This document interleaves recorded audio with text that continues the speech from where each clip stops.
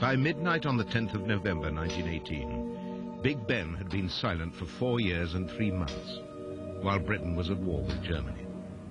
11 hours later, on Monday the 11th, the clock would strike again to announce the end of the greatest slaughter the world had ever known.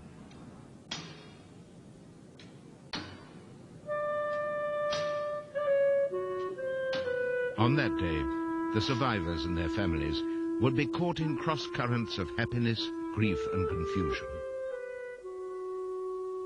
They would look back at a world that had gone forever and ask themselves what had happened to it and why.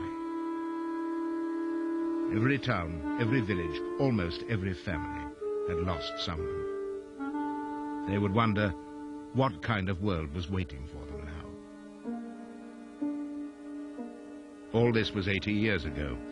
But from letters and diaries and the stories they told their children and grandchildren, we can share what they felt on the day the guns fell silent and the killing ended.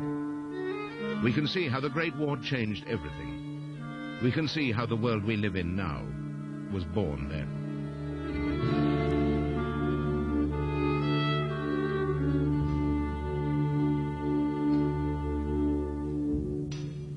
In the early hours of November the 11th, in a railway carriage in a siding in the forest of Compiègne, near Paris, the future of the world was about to be decided.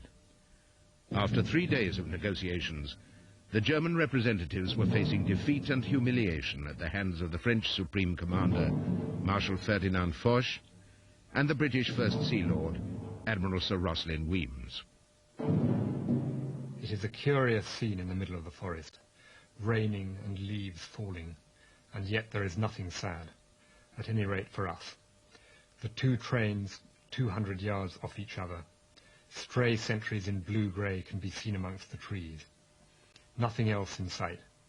We are in telephonic communication with Paris and the world. It was obviously a time of enormous excitement and not quite sure if they believed that the war was really going to end, because it had been such a horrible war in 1918 and been as horrible as any year. Terrific casualties among the Allies all through 1918. And so they were keyed up, hoping that the Germans were really going to give in. And luckily for them, the Germans really were crumbling. There were mutinies going on in the fleet, and there was a mutiny in the army, and the whole German home front seemed to be cracking up. And that was the background against which these German plenipotentiaries had to enter this very difficult negotiation for them. The final meeting began at 2:15 a.m.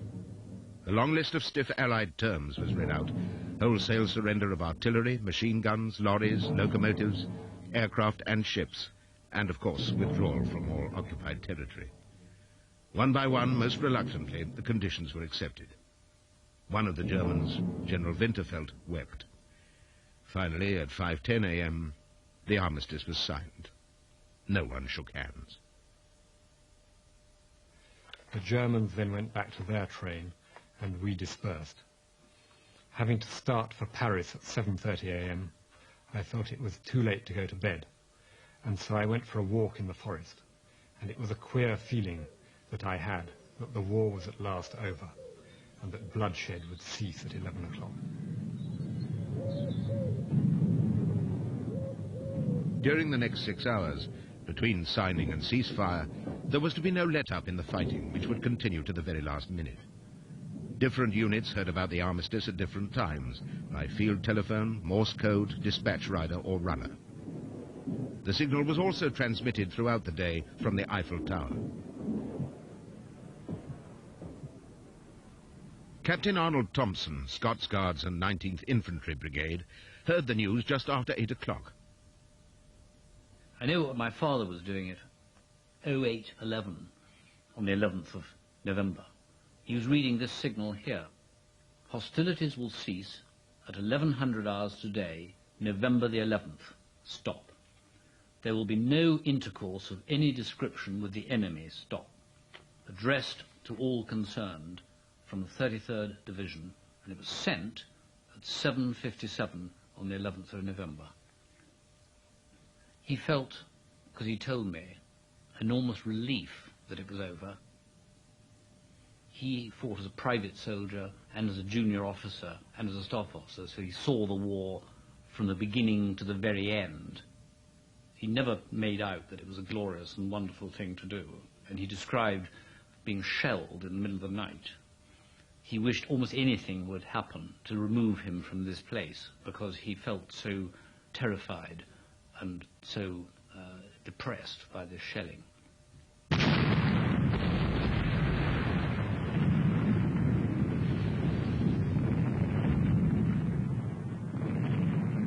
There were many unpleasant ways to die, and the one that I think most people feared most was being buried alive when a large shell hit your trench or your dugout, and you were then covered in soil many feet deep, suffocating to death. And that is something that my father told me that he feared.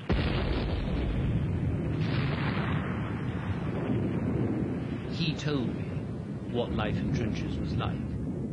A trench would be quite deep, say the depth of this room, and 2 or 3 feet wide.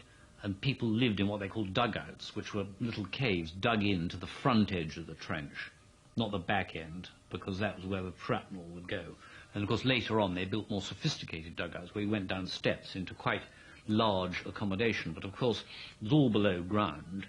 The fetid smell of unwashed bodies, sweat, fear, cooking, and then of course the smell of the lavatories which had been dug into the back end of the trenches. The trenches flooded when it rained, and so they would be anything up to waist deep at times. So you waded along through this filth, which smelt of sewers, of excrement, dead bodies rotting in the parapet, dead bodies out in front of you that smelt, turning black in the sun. Some of them your friends, who you had to watch this happening to.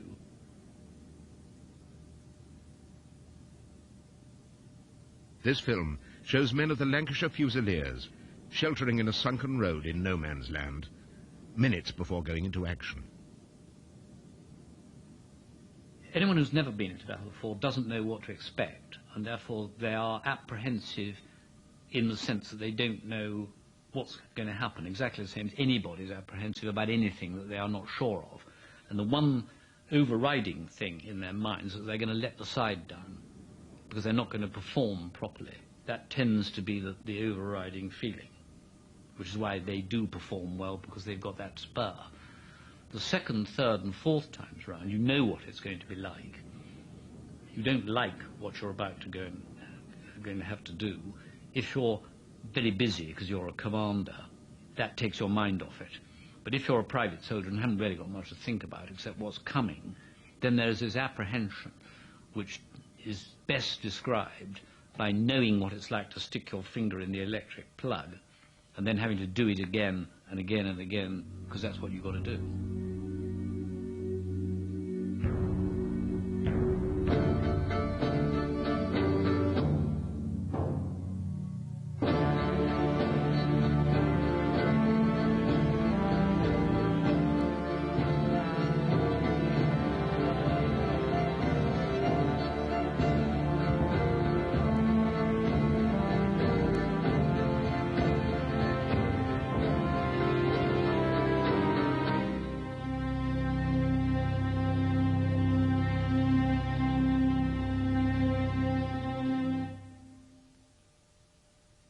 With no radio or television to tell them what was happening at the front, people at home relied on letters, newspapers and magazines.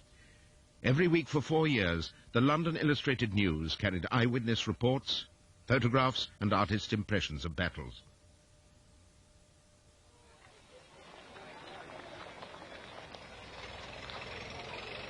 One of the people who followed the war at a distance was a Mr. Frederick Robinson of Cobham in Surrey.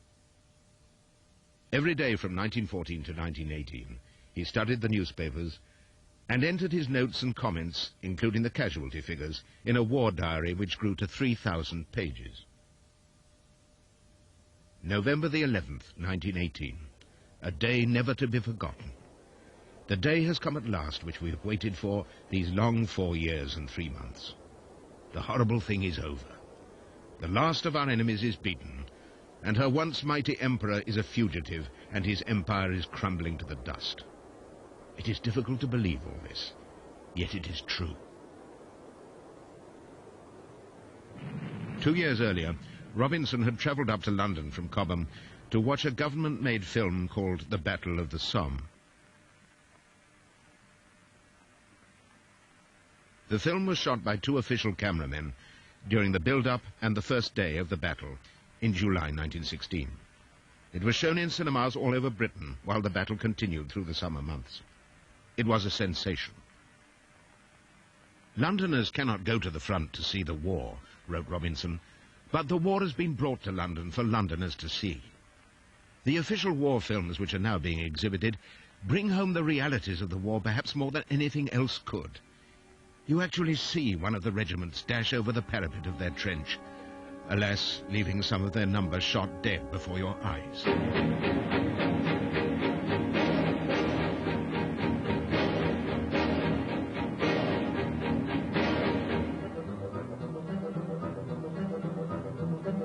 It is now believed that these scenes of soldiers shot as they left the trenches were faked at a training ground earlier. Done for television now, it would be labelled reconstruction. The intention was to convey what had become the key experience of war on the Western Front. Infantrymen going over the top. It is a sanitized version of events.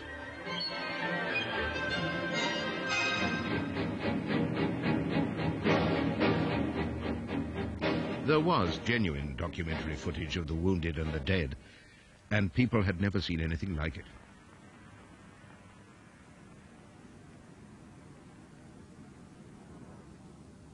Frederick Robinson was enthusiastic about this new kind of war reporting.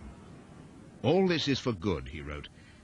As the King is reported to have said, the public should see these pictures that they may have some idea of what the army is doing and what war means. Which is quite true, provided their nerves are strong enough. What people properly take exception to is that these films, with all their realism and awfulness, should be shown sandwiched between farces of the Charlie Chaplin type. When I saw the films, they were immediately followed by a farce called Fickle Fatty's Fall, which could certainly not have been in worse taste.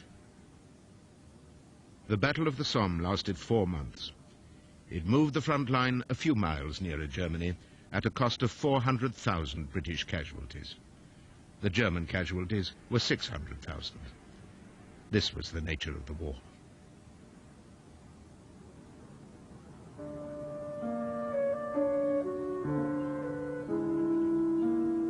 In the Great War, people would learn some hard truths about their relationship with authority. They would discover that their leaders did not always have their best interests at heart and could be profligate with their soldiers' lives. In the trenches and on the battlefields, young men would learn a new cynicism, and those who survived would bring it home with them when the war was over. The news of the signing of the armistice was received in Accrington about 11:15. It flashed through the town almost with the rapidity of a wireless message, and in a few minutes the main street of the borough, which up to then had been quiet and lifeless, were the scene of great bustle and activity. Today the angel of peace has spread her healing wings over the torn and bleeding lands. Well may we rejoice, not riotously and with abandon, but gladly, with sober restraint and with heartfelt thanksgiving.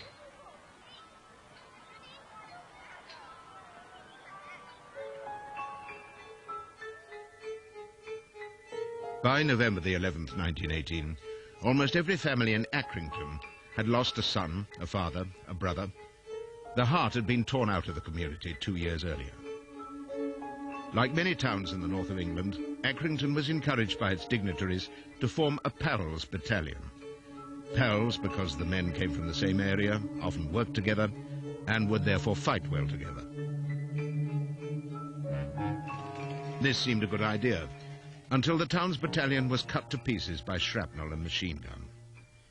In July 1916, the Accrington Observer and Times found itself trying to make the best of some appalling facts. 1,000 men had answered the mayor's call for volunteers, and when the battalion went into action for the first time, it lost half its strength in a few minutes.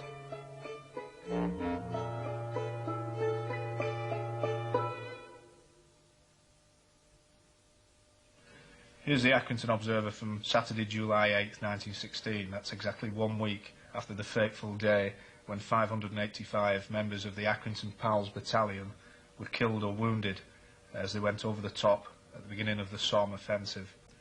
The Observer and Times records the incident with the headline, "Heroic Pals Who Fought and Fell." Here's an eyewitness account that the Accrington Observer had obtained from a war correspondent who had actually observed the events of July the 1st, 1916. He describes the Pals' great charge and their heroic advance against machine gun fire, and almost with a comic note he describes the lads went over smoking and joking, and he says later in his article, "Never shall I forget the scene I witnessed from that copse, and I feel real pride in the men of the North who strode forward in the face of those spitting machine guns and lines of German rifles as calmly as though going to their dinner, without any rushing or charging, just heading for the objective and caring for nothing except getting there." The thinking now is that maybe the Accrington Pals have often been described as lions led by donkeys. I think these men were victims. They were very courageous men, but they were perhaps naive, and I think they were perhaps sacrificed by the generals at the time. I think over the years the glory aspect wanes and people sat and thought about it and the way that it's been led. I think a little bit of resentment at the leadership and the qualities of the generals that had ordered those brave young men over the top was the feeling that stuck in a lot of people's throats. The British Commander-in-Chief for most of the war was Field Marshal Sir Douglas Haig. On the 11th of November 1918, he was at his advance headquarters in Cambrai in northern France. The first thought it would have come into his mind was, well, thank God that's over. And he would have thanked not so much Lloyd George, but he would have thanked the Almighty and thanked his men. Monday, 11th November 1918. Fine day, but cold and dull. We were all taken on the cinema. General Plumer, whom I told to go off and be cinema'd, went off most obediently and stood before the camera trying to look his best, while Byng and others near him were chaffing the old man and trying to make him laugh.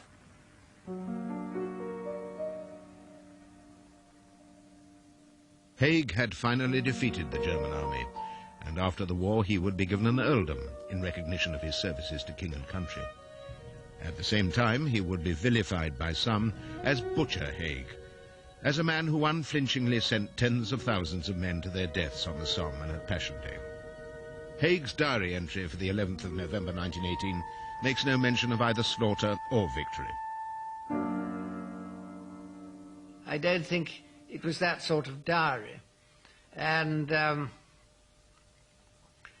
I think probably his real thoughts would, I think, be within himself and within his, if you like, his thankfulness to the Almighty for having achieved this victory. I think his, that terrible, those losses.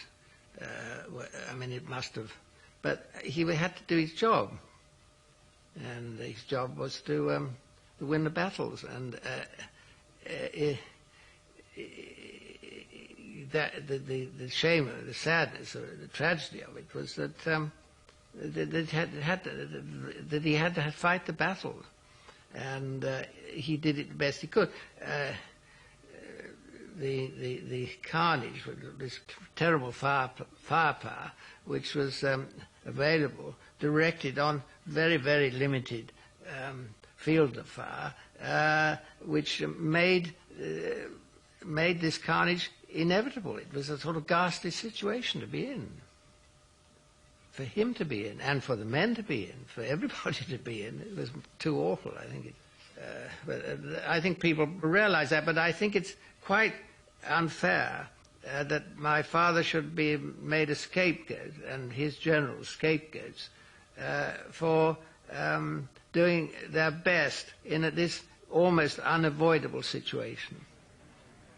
Out of the war, his first thought was for his men. They should be protected and be properly treated after the war, have jobs, and those in distress, the war wounded and so on, would be properly looked after and cared for.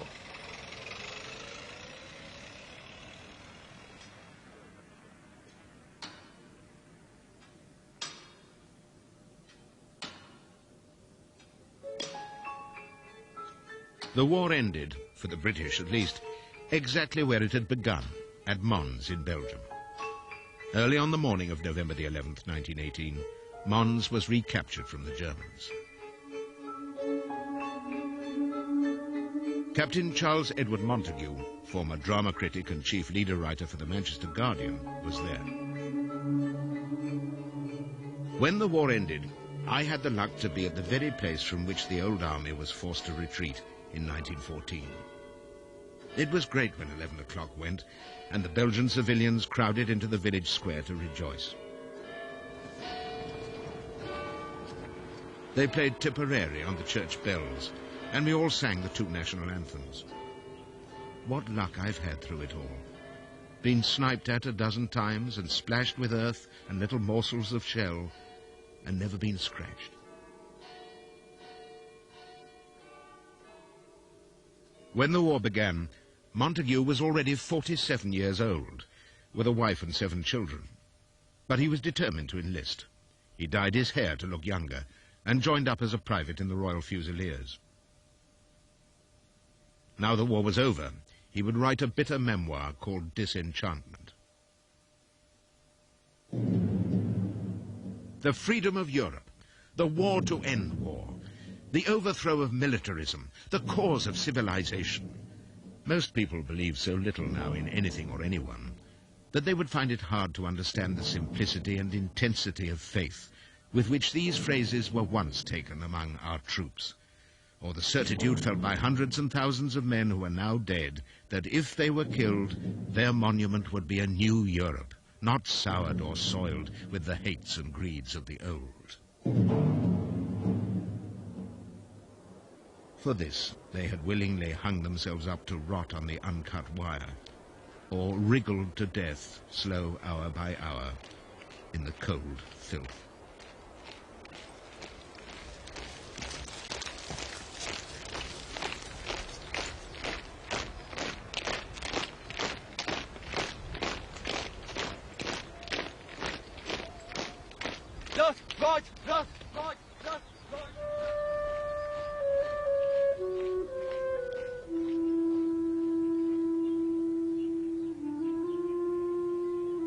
On the morning of November the 11th, 1918, school children all over Britain would be told to write down some memorable numerals in their exercise books. 11, 11, 11. The 11th hour of the 11th day of the 11th month. Never to be forgotten. At Mells in Somerset, Beatrice King cannot remember Armistice Day, but she can remember the day 2 years earlier when her brother Tom came home on leave, infested with lice. I was going to school with other girls, you know, that I went to school with, and we had to go up a hill. And as this soldier came over the brow of the hill, and he got a little bit nearer, I said, "Oh, doesn't he look like my brother Tom?" Never thinking that it was him. And then when he got a bit nearer and I saw it was him, well, of course, I just ran to him. When I got home from school at night, my elder brother and him was outside with his trousers, killing the lice because he'd come straight out of the trenches and he was lousy. He said to my mother when he came home, he said, "Oh, Mother, I'm ashamed to come home in this state." And he said, "I've had no time at all to clean up. I was able to get through, and I came through and came on home." And I think my mother washed all his uniform and pressed it all up again so that he went back with it clean. I do remember that he was in an awfully nervous state. You know, if he was lacing up his boots or anything, he seemed to be on the watch and sort of, you know, very alert to what was going on around him, that I imagine that his nerves were in quite a bad state. Well, of course, he had to go back, and he didn't come home anymore. He told my brothers that he wouldn't come home anymore. He said, I shan't come out of it anymore. We see far better off, far better off, far better off in a home. Here we are, here we are, here we are again. Hello, hello, hello, hello, hello. Here we are, here Tom King was shot through the chest on the 15th of September 1916 in the Battle of the Somme. He died of his wounds next day. Well, this is what came back. This is the original bag that came back. There isn't an awful lot. There's a spoon in here, and that's got a bullet hole in. And there's the disc, his identity disc. That he must have worn when he was wounded. And his scissors, his nail scissors. And his whistle, that's about all I think that came back. Nothing of any value, his watch or anything like that, he came back. What I think was, in the First World War, they were totally unprepared. That's the way I look at it.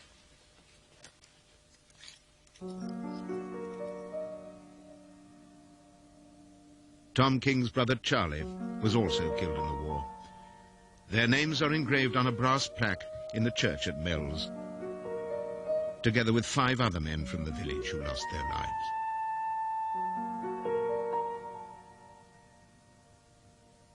On another wall in the same church hangs an officer's sword. It belonged to the Prime Minister's son, Raymond Asquith, who was killed on the same day in the same battle as Beatrice's brother Tom. Asquith was from the opposite end of the social spectrum, an intellectual prodigy, the most brilliant classic scholar of his generation. He was married to Catherine, the beautiful daughter of the Horner family who owned the Mells estate and manor house. Raymond and Catherine had 2 daughters, Helen and Perdita, but when the war came, Raymond left for France with the Grenadier Guards.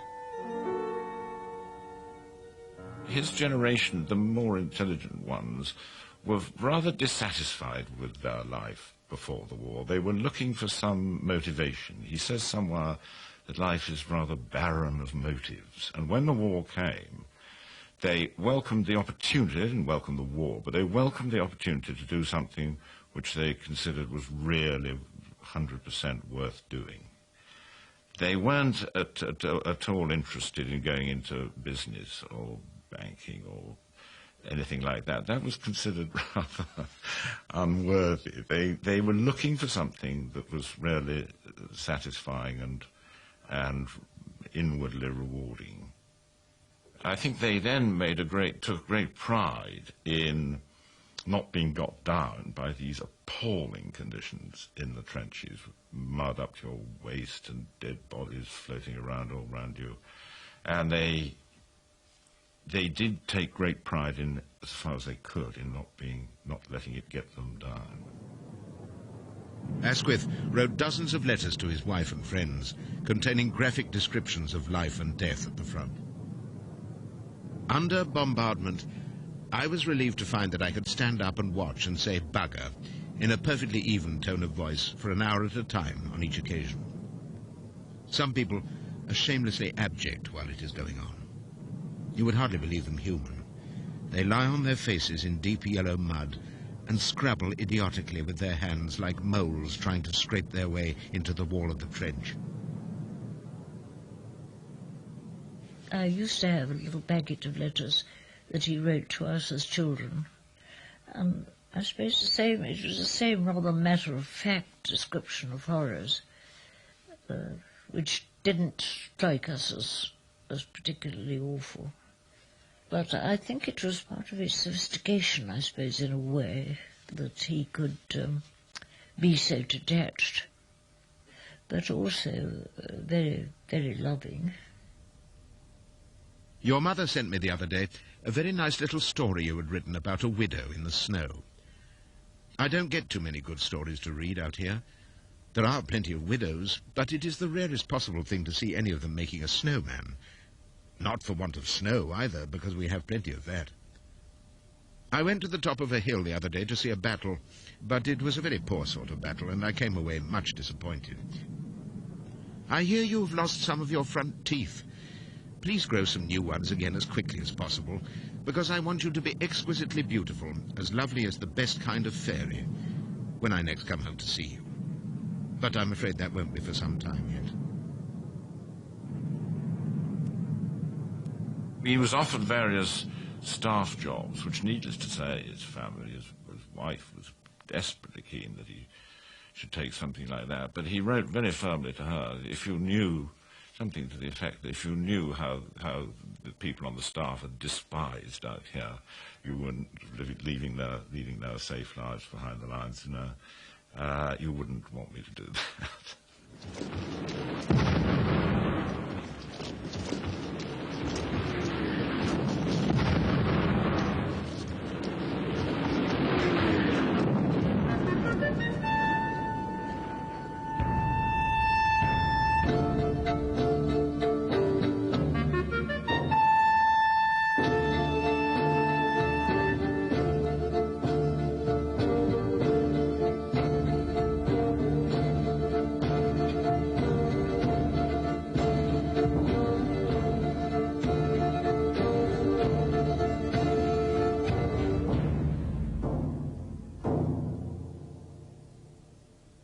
We've had a fairly filthy time of late.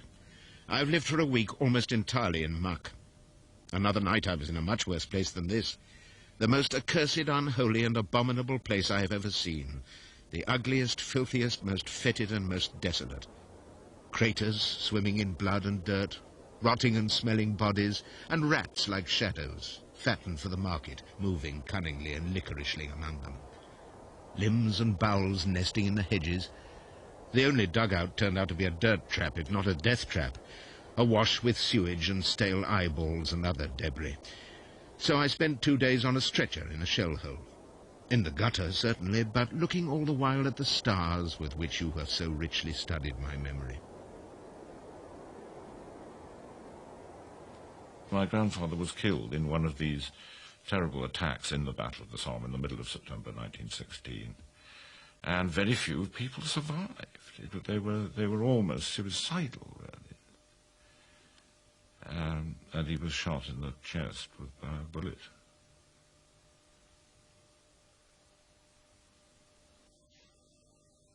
When he was being taken away on a stretcher, he didn't want to discourage his men, and he asked for a cigarette and lit it. And I think died on the way to the hospital. A few days after his son was killed, the Prime Minister wrote a letter which showed how much Raymond had meant to him. I can honestly say that he was the thing of which I was truly proud, and in him and his future I had invested all my stock of life. That is all gone, and for the moment I feel bankrupt. I drove yesterday to Mells, nearly 80 miles, to see Catherine. Her mother was there, and of course the children. I have never seen anyone so stunned and shattered. All she wants is to die. I think before I went in, I'd seen my grandmother and said, "Why does Mother want to see me?" And she'd said, "Bad news about Daddy, darling." And I went upstairs, and she took me on her lap and told me he'd been killed. And I realized this was something much bigger than anything I could imagine that being killed was something much more serious. And I think I tried to say a few conventional words of comfort and realised that they meant nothing to her at all. And just falling silent. On the afternoon of November the 11th, 1918, Raymond Asquith's father would stand up in the House of Commons to welcome the armistice and announce that from now on war will be recognised as an obsolete anachronism never to be revived. By this time, Asquith was no longer Prime Minister. Some say that his son's death hit him so hard that he had lost the will to be a war leader. Within a few months, he had been replaced by Lloyd George. Catherine lost a brother to the war, as well as her husband. Edward Horner, the only son and heir to the Mells estate, joined the cavalry and was shot through the groin by a German sniper. On the night before he left England for the last time, he gave a farewell dinner at the Ritz. When the upper classes went to the war, they took with them many of the privileges of life at home. On his first trip to France, Edward Horner had taken horses, a manservant, and a cook called Mrs. B. Officers shared the miseries of trench life, but there were also parcels from Fortnum and Mason, tinned partridge, turtle soup, and gentleman's relish. A lot of champagne was drunk. Some of this caused resentment in the ranks. Men who spoke out discovered what could happen if you criticized the conduct of the war. One of them was a self-confessed rebel called Albert Rochester, a railway signalman from Wiltshire. On November the 11th, 1918, Rochester was behind the lines with a signals unit of the Royal Engineers. 2 years earlier, he had run into trouble with authority. Just before Christmas, 1916, Rochester was billeted in a filthy, manure-soaked barn near Arras. He wrote an impassioned letter to the editor of the Daily Mail, complaining about the Army's inefficient use of manpower. He was especially irritated by the fact that officers had servants to look after them. I ask, as a soldier, on behalf of millions of citizen soldiers, that the officer be regarded as not of royal blood, that he be expected to clean his own boots, get his own food and shaving water. It may generate within him more respect for his rank-and-file brethren, and certainly release men for more essential military work. Yours faithfully, The Rebel, 31st of December, 1916. Well, he worked out there were about 500,000 men doing nothing. Well, the rest were at the front.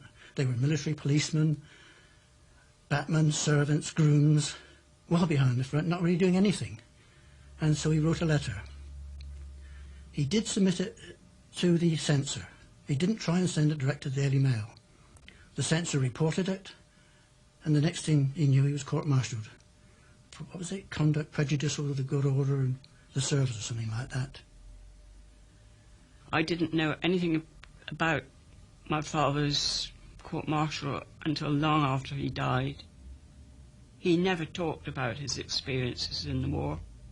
He ended up on field punishment number 1, which is a bit unpleasant. 2 hours pack drill, us running around with a full pack on, so pretty well exhausted. Then tied hand and foot to the wheel of a gun carriage for as long as they wanted to keep him there, just to shame him in front of his fellow troops. Then more pack drill, then all the menial tasks, the cleaning out of latrines and things like that. He had to do everything. It was really a degrading punishment for a man. On his first night of field punishment number 1, he was shoved into a barn with 5 other soldiers who'd all been on court-martial for desertion in the face of the enemy. The next morning, 2 of those were sent away to a 10 years penal servitude. The other 3 had a death sentence read out. That was a sergeant and 2 corporals. This is what my grandfather wrote about the executions. A motor ambulance arrives, conveying the doomed men. Manacled and blindfolded, they are helped out and tied up to the stakes. Over each man's heart is placed an envelope. At the sign of command, the firing parties, 12 to each, align their rifles on the envelopes. The officer in charge holds his stick aloft, and as it falls, 36 bullets usher the souls of 3 Kitchener's men to the great unknown. As a military prisoner, I helped clear the traces of the triple murder. I took the post down. I helped carry those bodies towards their last resting place. I collected all the blood-soaked straw and burnt it. Acting upon instructions, I took all the belongings from the dead man's tunics discarded before being shot. A few letters, a pipe, some fags, a photo. I could tell you of the silence of the military police after reading one letter from a little girl to Dear Daddy, of the blood-stained snow that horrified the French peasants, of the chaplain's confession that braver men he had never met than those 3 men he prayed with just before the fatal dawn. I could take you to the graves of the murdered.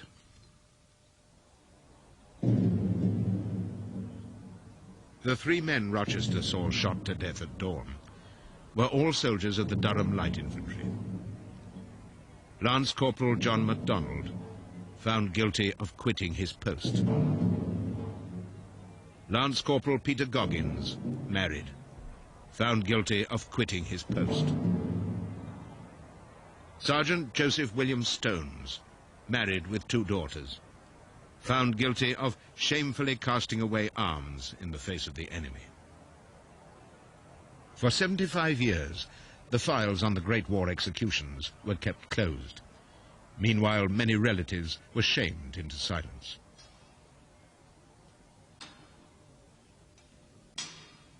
On November the 11th, 1918, in Crook, County Durham, Will Stone's brother entered the news of the armistice in the family Bible. He had never recorded his brother's death.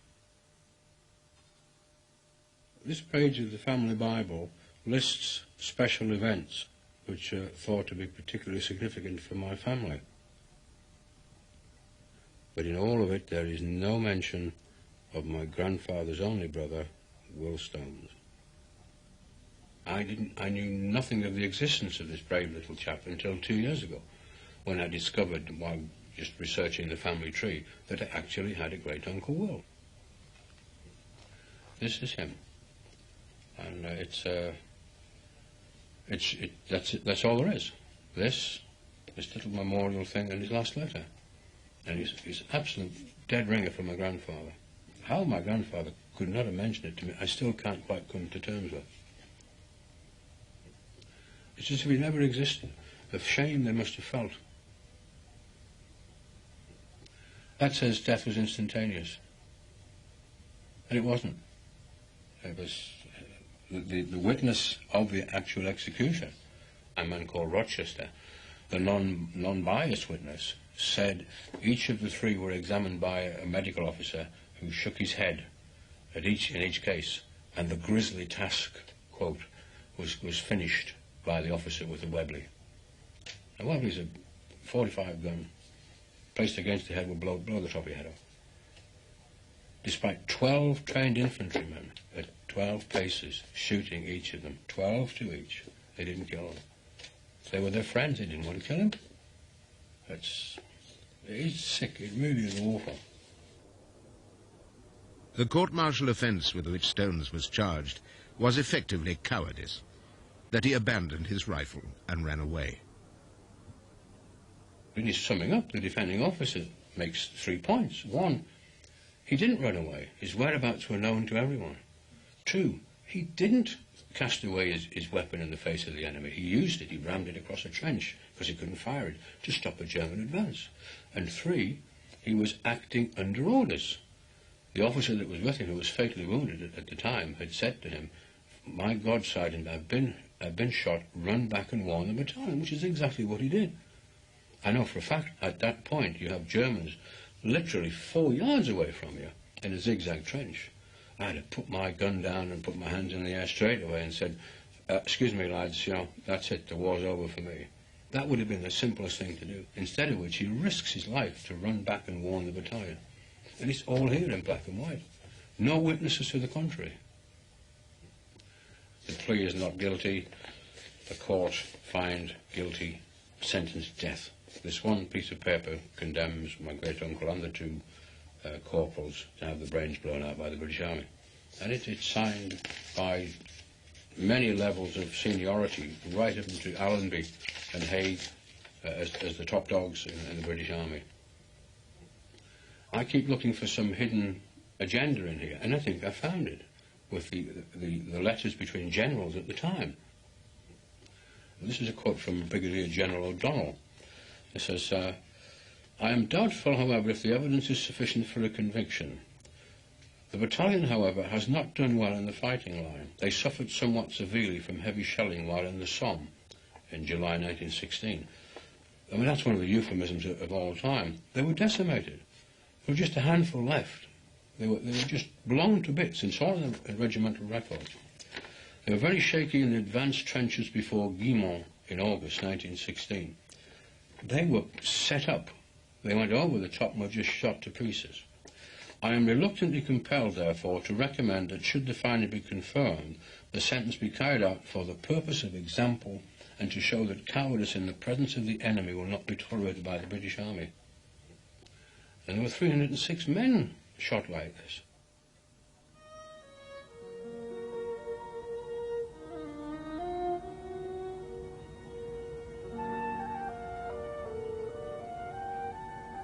Stones and his comrades are buried in a cemetery at Saint-Paul in northern France. The visitor's book shows that people know what happened to them and care about it, but despite many campaigns and pressure over the years, it seems unlikely that any of those executed in the Great War will ever be pardoned.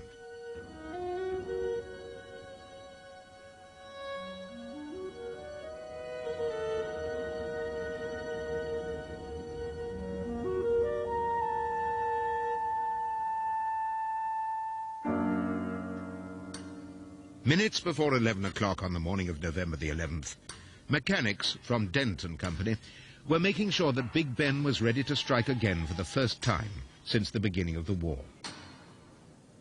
Meanwhile, in Belgium, a cavalry commander of the old school was squeezing in one last attack.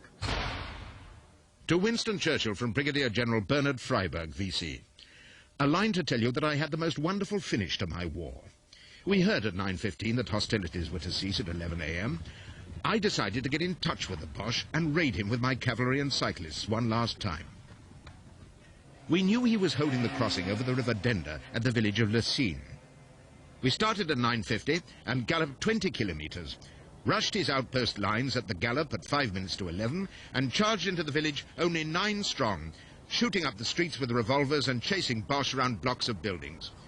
We captured a bridgehead at 2 minutes to 11 and mopped up the village to the tune of 4 officers, 102 other ranks, and several machine guns. I thought this might amuse you.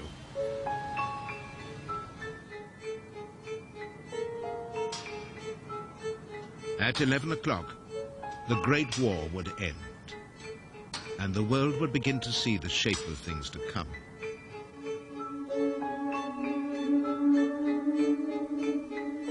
Tomorrow, Thoughts of a New Beginning, Part 2 of The Day the Guns Fell Silent on BBC One at 10:45.